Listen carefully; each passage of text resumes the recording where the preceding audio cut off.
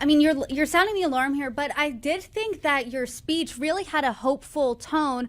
Absolutely. You left us with a sentiment that although we can't change the world really in a day or a week, we can move to get there. What is the solution? Because you talk about this information warfare. You talk about young students, young people being used for the upcoming election. What's the solution?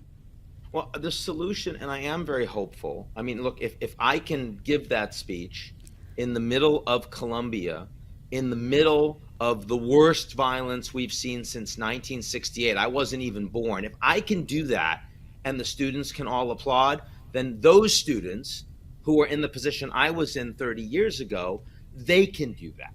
They can collectively, individually and collectively, be the solution that we need. They can be more authentic. They can reject cynicism. They can engage with people they don't agree with. They can respect them. They can listen. They can allow themselves to be challenged. And as I said at the end, they can take their work seriously, but not take themselves seriously, right? I thought the most important thing they need to really digest is the fact that their work and their lives, their careers, are not about principles and ideology. They're not about these abstract fights of left versus right. It's much more simple than that. It's about people. It's about people. It's about helping people. It's about doing work that treats fellow human beings as deserving of respect and time and care and decency.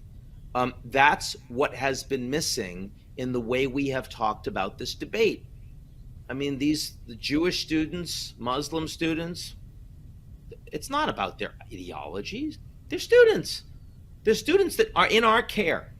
They're students that they're not fully fledged human beings yet, and they're getting their degrees and they're trying ideas out. And we have a burden of helping them to be constructive and productive and make a difference. And the way you do that is to teach them how to treat their fellow human beings like fellow human beings. And they are capable of doing that. If they're capable of all doing that with me, delivering some messages that they clearly didn't want to hear, they're obviously capable of doing that with their peers who are much cooler than me, right? Who listen to the same music, who hang out at the same bars, right? I don't know any of that stuff. So they're clearly, of course it's upbeat.